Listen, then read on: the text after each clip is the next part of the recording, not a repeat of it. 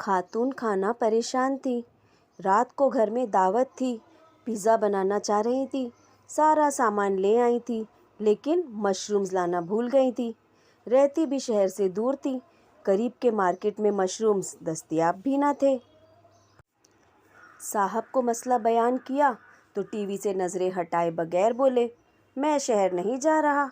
अगर मशरूम्स नहीं डले तो पिज़्ज़ा बन जाएगा, और अगर नहीं गुजारा तो पिछली तरफ झाड़ियों में उगे हुए हैं, जंगली मशरूम्स तोड़ लो। खातून खाना ने फरमाया कि मैंने सुना है जंगली मशरूम जहरीले होते हैं। अगर किसी को फूड पॉइजनिंग हो गई तो? बेगम की बात सुनकर साहब बोले, दावत में सारे शादीशुदा आ रहे हैं। जहरीली बातें सुनने के आदी हैं। जहरीले मशरूम्स भी इन पे असर नहीं करेंगे। खातून गईं और जंगली मशरूम्स तोड़ लाईं, मगर चूँकि खातून थीं इसलिए दिमाग इस्तेमाल किया और कुछ मशरूम्स पहले अपने कुत्ते मोती को डाल दिए। मोती ने मशरूम्स खाए और मज़े से मस्त खेलता रहा। 4-5 घंटे बाद खातून ने पिज़्ज़ा बनाना शुरू किया और अच्छी तरह से धोकर मशरूम्स पिज़्ज़ा और सलाद में डाल दिए। दावत शानदार रही। मेहमानों को खाना बेहद पसंद आया। खातून खाना किचन में बर्तन समेटने के बाद मेहमानों के लिए कॉफ़ी बना रही थी तो अचानक उनकी बेटी किचन में दाखिल हुई और कहा, अम्मी अम्मी, हमारा मोती मर गया।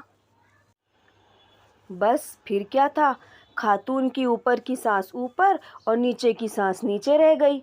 मगर चूँकि खातून समझदार थीं इसलिए पैनिक नहीं हुई।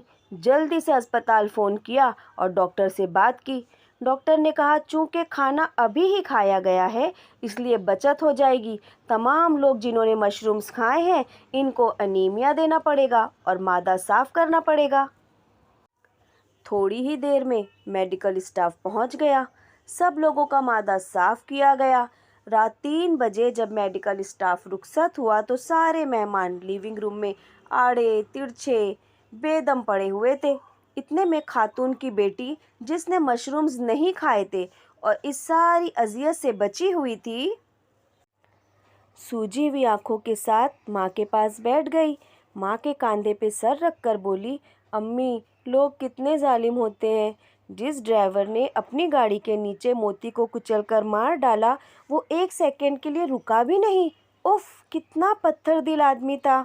हाय मेरा मोती। तो ख्वातीन, आप खुद को कितना भी ज़हीन, समझदार, मामला फ़हम और होशियार समझे, पूरी बात सुन लेने में कोई हर्ज नहीं होता।